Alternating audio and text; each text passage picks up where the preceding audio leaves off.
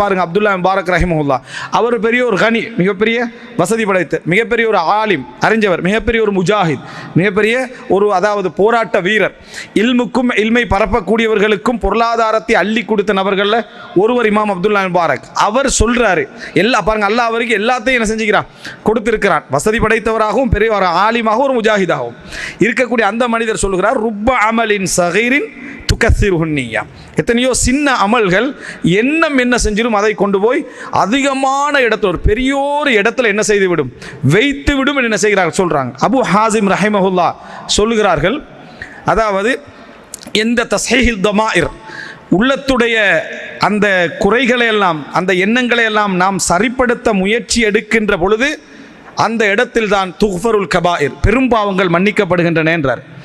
பெரும்பாவங்கள் மன்னிக்கப்படுகின்ற இடமே என்ன என்றால், எண்ணங்களை நாங்கள் சரிப்படுத்த ஆரம்பிக்கிற நேரம்